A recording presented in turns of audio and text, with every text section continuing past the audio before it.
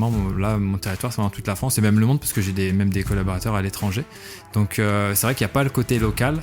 Quelque part, ça permet de toucher, d'avoir un vivier de talent qui est beaucoup plus large.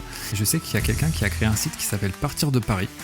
Et donc, cette personne-là met en avant différentes villes, donc, autres que Paris, pour pouvoir quitter la vie parisienne. Bonjour et bienvenue sur le podcast #IMO. Aujourd'hui, nous avons le plaisir de recevoir Alexandre. Alexandre qui est un ami de longue date, d'enfance même pourrais-je dire. Alexandre, est-ce que tu pourrais te présenter s'il te plaît ? Déjà, salut Jocelyn, merci de m'accueillir dans le podcast. Et pour me présenter rapidement, je suis entrepreneur depuis 2011, donc dans le digital. Et donc j'habite sur Troyes et pour présenter rapidement mon activité, je fais de la formation en ligne et j'ai un média qui est dédié à la création de sites web avec un logiciel qui s'appelle WordPress. Et donc on propose des articles, des vidéos, des contenus sur les réseaux sociaux et aussi des formations pour pouvoir appréhender un petit peu ce monde-là. Donc qu'on veuille lancer son propre site ou qu'on soit prestataire et qu'on ait envie de monter en compétences. Donc un entrepreneur. Depuis combien de temps ? 2011, donc ça commence à faire quelques années. Là, on arrive en 2024 bientôt. Donc voilà, ça va faire bien 13 ans, quoi. Et tout ton parcours sur Troyes ? C'est ça. Ok. Ça t'est jamais venu à l'esprit d'entreprendre ailleurs qu'à Troyes ? Non, après moi je travaille sur dans un pays qui s'appelle Internet, donc on peut aller où on veut. Donc après voilà, moi je suis né à Troyes. J'ai fait mes études partiellement à Troyes, mais donc voilà, jusqu'au lycée. Après, je suis parti à Dijon et pendant 3 ans, et je suis revenu après finir mes études ici. Et c'est en finissant mes études, enfin plutôt en abandonnant mes études, que voilà, je me suis lancé. Il n'y avait pas vraiment de raison de partir. Alors c'est vrai que peut-être que j'aurais dû partir en Indonésie comme font beaucoup là, mais bon, j'étais pas célibataire et puis voilà, ça s'est fait. On est resté ici et voilà, on est plutôt bien, quoi. Ok. Est-ce que tu sais l'objet du podcast #IMO Ça va parler un petit peu d'immobilier, j'imagine. Ouais, en fait, on a l'habitude de recevoir des professionnels de métiers connexes à l'immobilier, évidemment, courtiers, banquiers, notaires, etc., ainsi que des institutionnels, notamment députés, élus et autres liés à l'immobilier ou au contexte, en tout cas, immobilier. Aujourd'hui, si je t'ai proposé de venir, c'est parce que je pense que toi, tu peux avoir un regard de terrain, de ce que c'est que de vivre à Troyes et surtout d'y entreprendre, et j'avais envie que tu nous partages ton regard sur tu nous dis que tu as toujours entrepris ici, ça fait donc plus de 12 ans que tu as créé ta société, et est-ce que tu trouves que Troyes a été un terreau fertile à tes projets ? Est-ce que tu as l'impression que la dimension de la ville correspond à ce qu'il faut pour pouvoir entreprendre dans de bonnes conditions en termes de qualité de vie, mais aussi d'accompagnement en tant qu'entrepreneur ? C'est vrai que moi, en démarrant, j'étais étudiant, j'étais un peu paumé, je savais pas trop ce que je faisais, parce que voilà, à l'époque, j'ai lancé un blog, je me suis inspiré d'autres sur Internet. Donc après, c'est vrai que localement, j'ai pas eu vraiment beaucoup d'aide, mais je me suis quand même après dirigé vers certaines structures. Il y a eu le IEC qui a été créé, donc le Young Entrepreneur Center à l'UTT, qui a été créé à cette période-là. Donc voilà, j'ai fait beaucoup d'événements au début. Il y avait des apéros entrepreneurs aussi qu'on avait organisés. Donc ça m'a permis de rencontrer un petit peu de monde. Mais c'est vrai qu'avec le temps, je me suis un petit peu éloigné, je suis resté un petit peu dans ma grotte parce que il y a une famille qui est venue et donc les enfants, etc. Plus forcément beaucoup de temps pour m'investir. Mais après, en ce qui concerne la qualité pour entreprendre, être dans une petite ville, c'est quand même assez bien. On n'a pas les inconvénients des grosses villes, etc. Moi, l'avantage aussi, c'est que je suis en télétravail, donc c'est vraiment pleine liberté, je m'organise comme je veux. Et donc, j'habite pas pleinement sur Troyes, j'habite à Saint-Germain. Et donc, c'est vraiment très, très... le cadre de vie là-bas est vraiment top. Donc, petit commerce, école à proximité, pas trop loin de la ville, pas trop éloigné du centre non plus. Donc, c'est assez pratique, quoi, on va dire. Donc si je comprends bien, en fait, au départ, pour créer ta société, tu t'es appuyé malgré tout sur le réseau local et puis les rencontres d'entrepreneurs. C'est ça, et puis après, essayer de trouver un comptable, etc. Donc j'ai eu un comptable local au tout début, alors c'est plus le cas maintenant, mais j'ai essayé de comprendre un petit peu comment tout ça fonctionnait. Alors maintenant j'ai une meilleure vision, mais il a fallu découvrir pas mal de choses, et donc c'est vrai que l'aspect local m'a pas mal aidé là-dessus. Et aujourd'hui, quand tu dis je suis en télétravail, ça veut dire que ta société est dans ta maison ?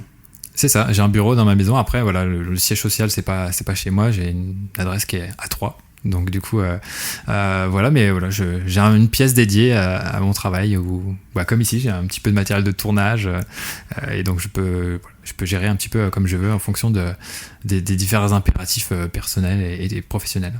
Ok, alors est-ce qu'on peut dire que c'est possible pour toi parce que justement tu as entrepris dans une ville où l'immobilier est accessible, parce que déjà trouver la place d'héberger sa famille, ça peut coûter cher dans certaines agglomérations, on pense à Paris, mais il y en a d'autres en France où le prix au mètre carré est relativement haut, mais y héberger aussi sa société et un espace, comme tu parles du matériel qu'on a ici, un espace de studio, on va dire. Voilà, c'est ça, ouais. Et puis un bureau, ça prend des mètres carrés aussi. Au final, c'est assez bien optimisé. J'ai 10 mètres carrés, c'est pas très très grand, en plus c'est mansardé. Mais au final, la maison qu'on a trouvée, c'était vraiment l'opportunité, parce qu'à la base, on cherchait vraiment 2 chambres, un bureau, et on a eu 3 chambres, un bureau. Donc c'était bien, parce que quand on a eu une autre fille, ça nous a permis d'éviter de déménager. Mais du coup, voilà, tout est optimisé. Et voilà. Et c'est vrai qu'effectivement, en termes de coût d'acquisition, c'est beaucoup plus faible, bien entendu. Et pour une qualité de vie qui est vraiment agréable. Donc au final, je pense pas qu'on perde trop au change, quoi. Et puis tu as quand même l'accès à Paris qui finalement est relativement simple. C'est ça. Oui, pour Saint-Germain, il suffit d'aller à Torvilliers, etc. On prend l'autoroute assez rapidement. Ouais. Ok. Et d'un point de vue défi, puisque là on voit beaucoup d'aspects positifs, est-ce que tu as ressenti toi des contraintes liées malgré tout à la localisation ? Après, le truc, c'est que on peut moins connecter avec un réseau d'entrepreneurs. Ça se fait en ligne. Donc voilà, on n'a pas l'avantage de la rencontre physique. Et même sur Troyes, moi, de ce que j'ai expérimenté, en tout cas, quand je me suis lancé, il y avait moins de personnes qui faisaient ce que je faisais. Maintenant, il y a quand même quelques personnes qui font un petit peu de la formation en ligne ou qui ont une chaîne YouTube, etc. On a pu rencontrer un apéro SEO WordPress il y a quelques temps. Donc voilà, il y a des personnes qui commencent un petit peu à émerger sur Troyes. Donc c'est bien, ça permet de reconnecter. Ils sont un peu plus publics que toi, parce qu'il y a Léo, notamment Léo Techmaker, qui est assez connu. Effectivement, ouais. Ouais, moi je suis un plus niché, c'est sûr. Ouais. Puis niché certes, mais plutôt connu, puisque à l'apéro dont tu nous parles là aujourd'hui, j'ai vu que tout le monde citait WordPress, WP Marmite comme référence. Voilà. Alors c'est vrai qu'on l'a pas dit, mais WP Marmite, c'est le nom du blog que j'ai créé il y a maintenant plus de 12 ans, quoi. Au niveau recrutement, du coup, comment tu gères parce que donc t'es entrepreneur, ton entreprise est chez toi, j'imagine que tes collaborateurs sont pas chez toi. Non, c'est vrai que là, pour ce côté-là, je recherche pas spécifiquement localement. Vraiment, là, mon territoire, c'est vraiment toute la France et même le monde, parce que j'ai même des collaborateurs à l'étranger. Donc, c'est vrai qu'il n'y a pas le côté local.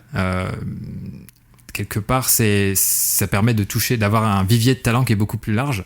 Et par exemple, la salariée là qui est avec nous, tout simplement, je l'ai recrutée via la newsletter. Elle était abonnée à nos contenus. Et du coup, voilà, on a mis la fiche de poste et puis ça s'est fait comme ça. Et l'idée, c'est vraiment de créer une boîte qui fonctionne en télétravail, en fait. J'ai pas envie d'avoir de bureau, d'aller forcément à heure fixe, etc. Donc, c'est vraiment la façon de fonctionner comme ça qui est vraiment, qui est voulue. Et donc, voilà. Mais après, peut-être que s'il y a quelqu'un qui peut convenir à un poste pour lequel on rechercherait certaines compétences et que ça corresponde à Troyes, ça se fera à Troyes, c'est pas grave. Mais je recherche pas spécifiquement à Troyes. Ok. Donc finalement, cette idée de dire on entreprend où on veut et il s'agit pas que de solopreneur, c'est-à-dire d'entreprendre seul, mais aussi de créer une entreprise et de recruter. À partir du moment où on est sur un métier digital, ce qui est ton cas, il n'y a pas de contrainte à faire ça à Troyes. Non, voilà, il n'y a pas de souci. Il y a même des gens, j'ai un ami qui est créateur de sites web, WordPress du coup, il a Estisac, ça fonctionne bien. Il y a suffisamment d'internet. Voilà. Alors c'est vrai que j'ai pas eu la fibre tout de suite, c'était assez compliqué quand je tournais des vidéos, qu'il fallait envoyer ça en ligne pour que la personne qui fait le montage puisse récupérer les rushs, mais là maintenant avec la fibre, ça envoie bien, quoi. Donc, est-ce que tu pourrais envoyer un message à ta communauté pour leur dire qu'ils puissent envisager de vivre ailleurs que dans des grosses agglomérations et serrer les uns... Mais j'ai des gens dans toute la France au final hein, qui se forment à nos côtés. J'ai même quelqu'un là qui est en Polynésie française. D'accord. Donc bon, c'est un peu compliqué pour parler en synchrone, mais voilà, il y a des gens vraiment de partout. Donc puis même voilà au niveau de mon équipe, alors j'ai parlé de salariés tout à l'heure, mais je bosse aussi avec des freelances et j'ai des gens à Marseille, à côté de Lille, Bordeaux, Paris aussi. Qui est-ce que j'oublie? Donc voilà, il y a des gens un petit peu partout quoi. Ok. Est-ce que tu penses que tu es arrivé à un degré de maturité qui te permet de partager et donner envie à d'autres d'entreprendre? Et est-ce que tu crois qu'aujourd'hui, par rapport aux initiatives locales qui existent déjà, il y a une place peut-être à prendre pour toi, à trois, justement Bah, ça fait pas partie de mes plans, mais en tout cas, voilà, je partage régulièrement sur LinkedIn ce qui m'arrive, mes réussites, mes partages, voilà, des choses qui peuvent aider dans ce que je fais. Voilà, après, pourquoi pas, voilà, on a lancé les apéros WordPress et SEO, donc référencement naturel. Donc on a fait ça une fois, mais voilà, je pense qu'on va essayer de faire ça peut-être une fois par trimestre, donc on va voir ce que ça va donner, mais bon, je cherche pas forcément à prendre une place particulière, mais voilà, si je peux être utile en partageant un petit peu mon expérience, ça peut être sympa. Ok. Si je mets ça dans une perspective immobilière, d'après toi, comment peuvent aider soit les pouvoirs publics dans leur politique et dans leur manière de gérer l'immobilier à Troyes pour ramener des talents, c'est-à-dire des gens finalement comme toi, mais qui ont démarré eux dans des agglomérations comme Paris, comment les séduire pour les ramener chez nous?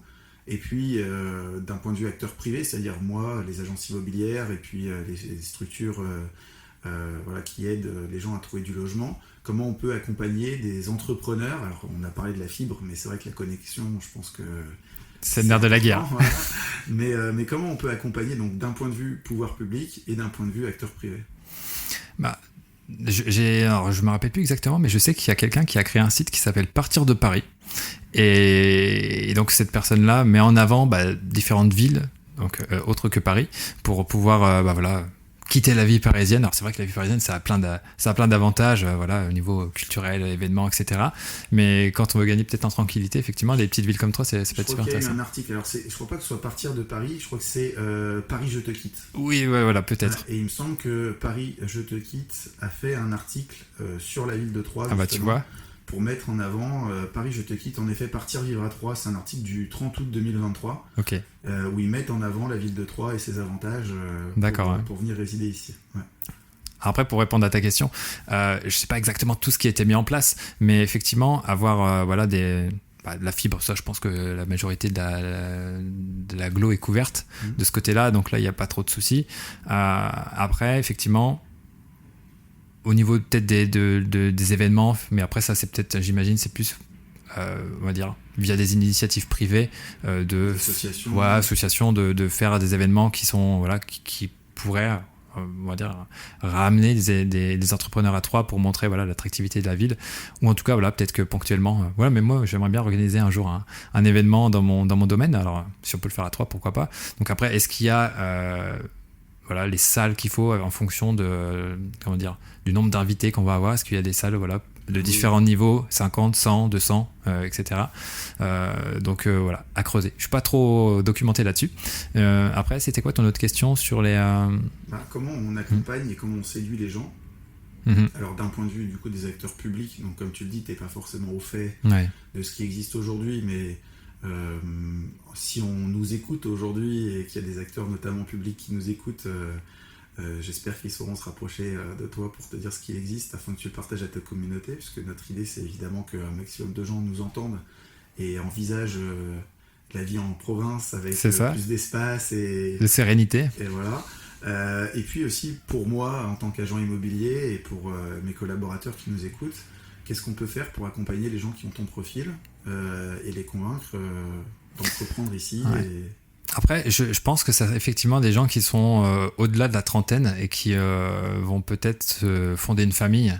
Parce que je pense que la plupart des jeunes, on va dire dans la vingtaine, ils vont peut-être plus partir à l'étranger pour expérimenter on appelle ça le nomadisme digital. Donc aller dans des pays du sud-est asiatique ou voilà, Indonésie, etc. Peut-être même d'autres pays d'Amérique du Sud ou autres. Mais peut-être que dans un second temps, après, il y a des gens qui cherchent à rentrer en France pour se poser, fonder une famille, etc. Donc peut-être mettre en avant tout ce qui est infrastructure, les écoles, les crèches, tout ce qui peut être utile. Au final, comme nous on a à Saint-Germain, peut-être que dans d'autres villes de l'agglomération, je sais pas comment c'est développé forcément, mais s'il y a ce genre d'infrastructures qui peuvent être disponibles. Après, en quantité suffisante, parce que pareil, par exemple, il y a le problème des crèches ou des assistantes maternelles. C'est pas toujours évident de trouver la bonne personne ou de devoir confier ses enfants. Ça, je crois que c'est un problème national. Voilà, c'est ça. Donc, mais voilà. Et après, tout ce qui est en matière peut-être de locaux, effectivement, pour ceux qui veulent avoir des locaux propres.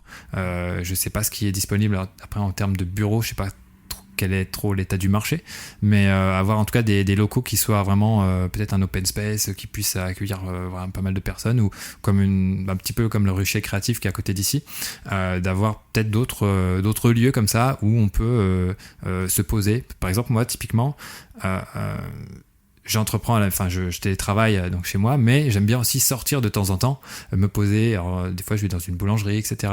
Ça me sort un petit peu de mon cadre et ça permet même de sortir de la maison tout simplement, parce que quand on reste toute la semaine à la maison, alors pas tout le temps à les enfants, mais en tout cas, c'est le mercredi. Typiquement, c'est le mercredi où je m'exile un petit peu de mon bureau pour voir d'autres horizons. Et donc, avoir des lieux comme ça où on puisse se poser, on puisse pourquoi pas rencontrer d'autres personnes, ça peut être super intéressant. Ouais. Ok, très bien. En effet, le rucher créatif, c'est un tiers-lieu. Voilà, c'est ça, ouais. Comme on dit. Donc des coworking, ce genre de structure. Ok, écoute... c'est plein de projets, on va dire, pour s'il y a des investisseurs qui nous écoutent. Après, il faut voir aussi quel est le marché, s'il y a du potentiel, mais faut voir. Voilà. Et du coup, à titre personnel, est-ce que tu serais prêt à conseiller la ville de Troyes pour des entrepreneurs en devenir ou actifs aujourd'hui ? Ouais, après, moi, je m'y plais bien, mais après, je peux pas trop comparer ailleurs, donc je peux pas trop... Mais ouais, en tout cas, c'est très sympa. Il y a pas mal de choses quand même à disposition. On n'est pas quand même sur une trop petite ville non plus. Enfin, ça reste une ville modeste, mais je pense que c'est le juste milieu. C'est ça qui est intéressant. Après, comme tu disais, est-ce qu'il y a d'autres choses à creuser pour rendre la ville attractive ? Je sais pas. Après, il faut peut-être voir au niveau de la sécurité, etc. Faut des choses comme ça, mais voilà. Alors, un dernier point, Alexandre. Je sais que tu es investisseur immobilier en plus d'être propriétaire de ta résidence principale. Mm-hmm. Ça, c'est quelque chose qui est aussi possible, plus accessible dans des communes où les prix sont raisonnables, comme c'est le cas ici, comparé au marché d'Île-de-France ou aux grosses agglomérations françaises.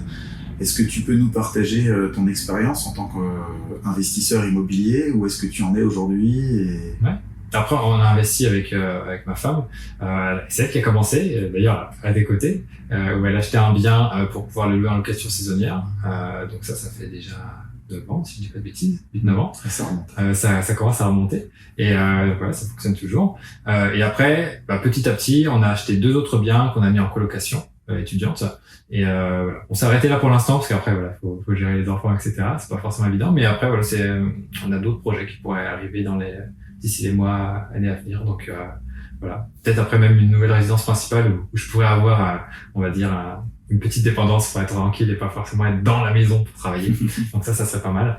Et donc voilà un petit peu où on en est. Ok, si jamais tu as besoin, je connais quelques agents immobiliers compétents que je peux te recommander. Ça marche. Bon, écoute, merci Alexandre. Est-ce qu'il y a des choses que tu souhaites rajouter Non, écoute, après, voilà, si les gens veulent découvrir un petit peu ce qu'on fait, ils peuvent aller sur wpmarmite.com. Donc après, voilà, c'est sûr que c'est un petit peu technique. Si vous avez envie de créer un site, de savoir un petit peu comment ça fonctionne, vous pouvez aller jeter un œil sur le site. Et puis après, voilà, vous pouvez peut-être me suivre sur LinkedIn. Moi, c'est Alex Borto. J'ai simplifié un petit peu mon nom et mon prénom pour que ça soit plus simple. Mais voilà, sur LinkedIn, vous pouvez suivre, pas de souci. Et puis, il n'y a pas que créer un site, je crois que tu évoques les problématiques de SEO, donc tu parles de... Ouais, c'est ça, créer un... Après, quand je parle de création de site, c'est vraiment au sens large, c'est création, maintenance, personnalisation, optimisation, promotion. Référencement, on veut tous être premiers sur Google, et tu nous expliques comment faire. Voilà, c'est ça. Ok, merci Alexandre. Bah, écoute, merci de ta participation à ce podcast. Avec grand plaisir. Au plaisir de se retrouver au prochain apéro. Au plaisir, ça. Merci. Au revoir. Ciao.